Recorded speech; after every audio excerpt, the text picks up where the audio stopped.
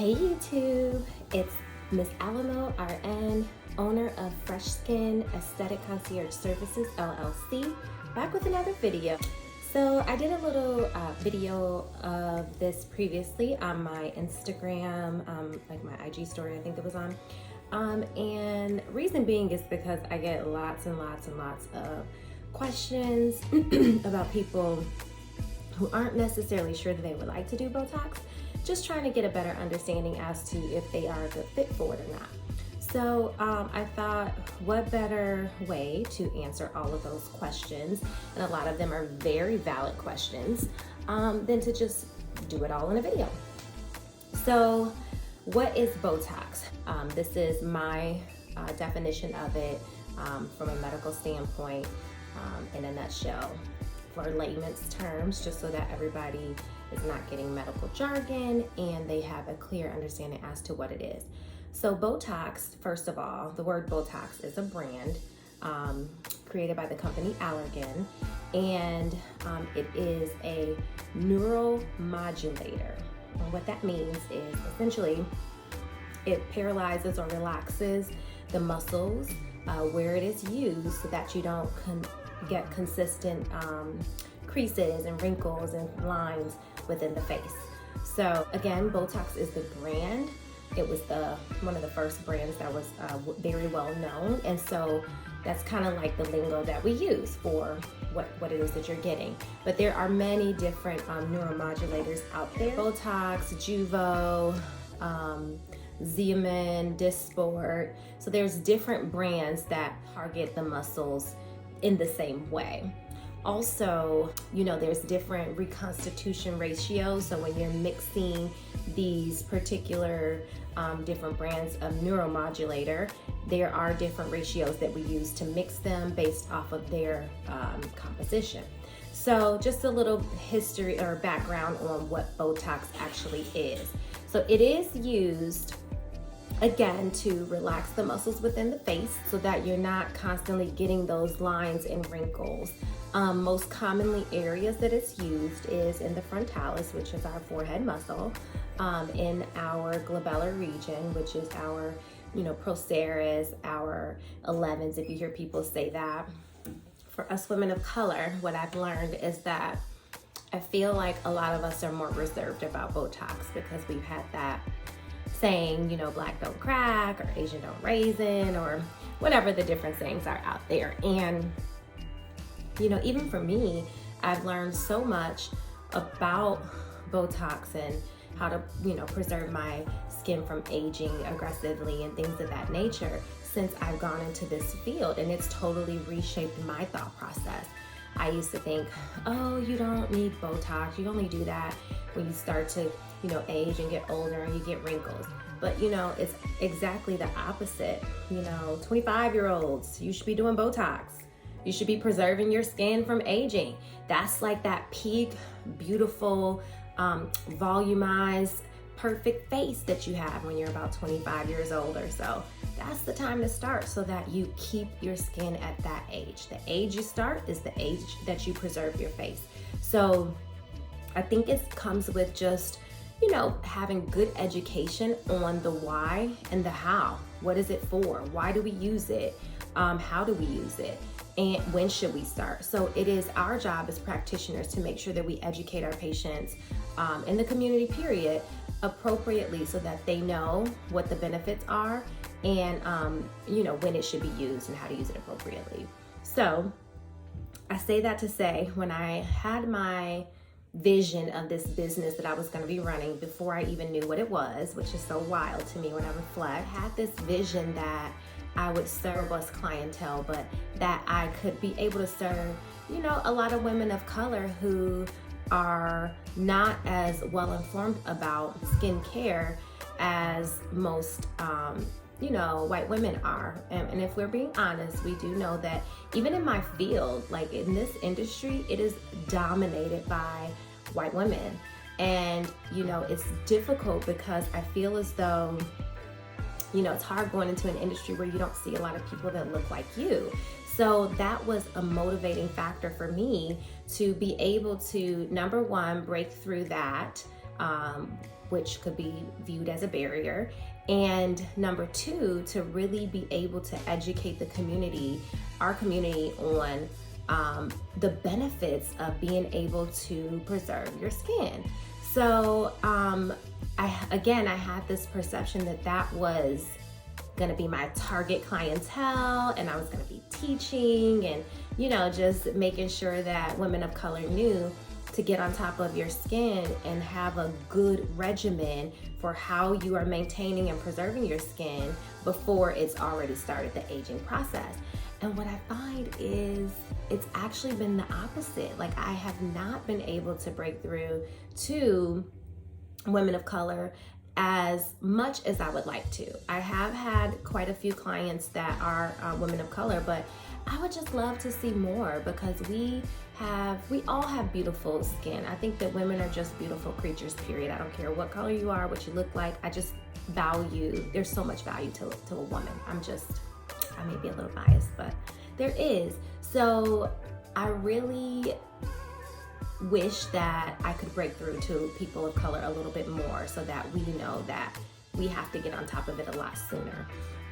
So I say that to say that is the reason behind why these type of videos that you find me doing, is because I want to make sure that people are in the know. So who is Botox for? Again, I will repeat that. It is for all people, women, men, whatever. I think the sooner you start, the better. In my opinion, I think that, 25 is probably a good age to start, and it could be baby Botox. It's not like the same amount of units that you're gonna use if you are 55 and have never done Botox before. Completely different, but just enough to preserve your skin from getting the creases and the fine lines that come with age, if we're being honest. How often do I have to get Botox done? So on average, it is about every 3 to 6 months, roughly. And that is contingent on each person. No two people are the same. Everyone's metabolism and how their body processes, anything that you put in it is different. So you can't expect the same results from one person to the next. It really is contingent on patient or client specific. So, but on average, it's about 3 to 6 months it will last. Does it hurt? It is so tiny, you guys. The needle is super, super tiny. It's even smaller than the ones that we use if you ever have to get a TB test. It's even smaller than that. So these are the typical syringes that you can find that will be used when you're getting Botox. I don't know if you guys can see that, but it's super, super, super, super tiny. Okay, very, very little. And of course, each practitioner can use something different. I go back and forth between these syringes, which are 30 units. They are drawn up in exact units. And then I use these 1 ml ones. Also, show you. I use these as well. Okay, when I use these are the needles that I use. But same thing, they're super, super tiny. These are 32 gauge, and of course, the higher the number goes, the smaller the needle is. So does it hurt? In my opinion, and I do not like needles. Go figure, I'm a nurse. I have one tattoo, but yeah, I do not like needles. But no, it does not hurt. It feels like a tiny little pinch. I try to use a distraction method when I am injecting. So I'll either tap to trigger like a break in the nerves firing when you're injecting, or I use this little lovely vibration tool, and so I'll kind of put it to the patient's skin to create the distraction as I'm injecting them. So does it hurt? In my opinion, I've had it, and no, it doesn't hurt to me. It's just tiny little pokes that's totally manageable. Again, how many units do you need? Your practitioner should be assessing your face to see how many lines you have as you're animating. So they'll say, raise your forehead, frown really hard, really hard, smile really hard. And based off of all of the movements that you do, that is how your practitioner will determine how many units that you need. On average, I would say most of my patients get anywhere from like 30 to, let's see, maybe like 55 units. And that's like treating eyes, glabellar region, as well as your frontalis. So it sounds like a lot, but it really isn't, depending on what's going on with the patient. But again, that will be patient specific. How much does Botox cost? That is actually dependent on the area that you live in. I am in the suburbs of the San Francisco Bay Area, so you know, things can be a little bit more pricier out here, but on average, it's about $10 to $12 per unit. Sometimes we run specials. I've been running specials, especially for my clients who started with me and, you know, have helped my clientele to grow.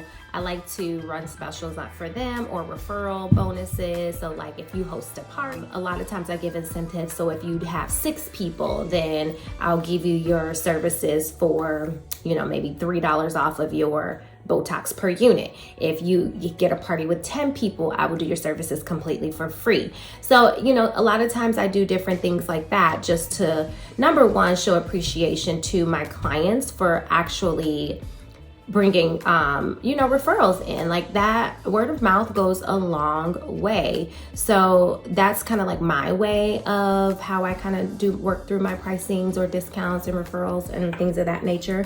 But each practitioner is different, and it's also based off of your location. So sometimes, you know, maybe in the South or, East Coast, where I used to live previously, you know, I think it was also $12 per unit, if I'm not mistaken. Yes, it was $12 per unit. But again, that is specific to the practitioner, their location, and any specials that they may be running. But also, you know, sometimes it's quality over quantity. So you get what you pay for, folks. Let's remember that. Also remember that this is your face. So it's not always the best to try to skimp on you know, what you're paying, because you get what you pay for sure. Is it risky? So if you've checked out, if this is not your first time to my channel, you have seen my other video on dermal fillers. Dermal fillers are a lot riskier than Botox. Botox has minimal risks. There are some patient populations that should stay away from Botox. Some people who have like autoimmune disorders, clotting disorders. Those people, you might want to stay away from Botox, but also that is why it's important for your practitioner to do a very thorough consult, history and physical, to determine if you are a good candidate. But most of the risks associated with Botox are bleeding, bruising, a little bit of pain. You know, pain is very subjective, so it really depends on the person. And then, you know, dropping, heaviness in the brow, dropping of the eyelids if your practitioner doesn't necessarily know what they're doing. But the risks, you know, are minimal and they go away. That's the thing. With Botox, it goes away. It's not permanent. However long it takes your body specifically to metabolize the product is how long it would take for whatever the result is to go away. And then most importantly, the other risk is undesired results. Everybody's different. What I see and what you see and my expectation versus your expectation can be two different things. So it's very important for you to make sure that you have a practitioner that explains everything very thoroughly and very detailed, to make sure that you all are on the same page. But again, thank you guys for coming back to my channel. If you have any questions, please drop them in the comments below. Please don't forget to hit the like button. Don't forget to subscribe, and don't forget to hit the bell for notifications for when I do videos. If you would like to book a service, please check out my website. It is freshskinrn.wixsite.com/concierge services. Also, don't forget to follow me on Instagram, Fresh Skin Aesthetics LLC. And don't forget to like my Facebook page. It is under April Alamo. So thank you guys again for coming back to my channel. Until next time, beauties.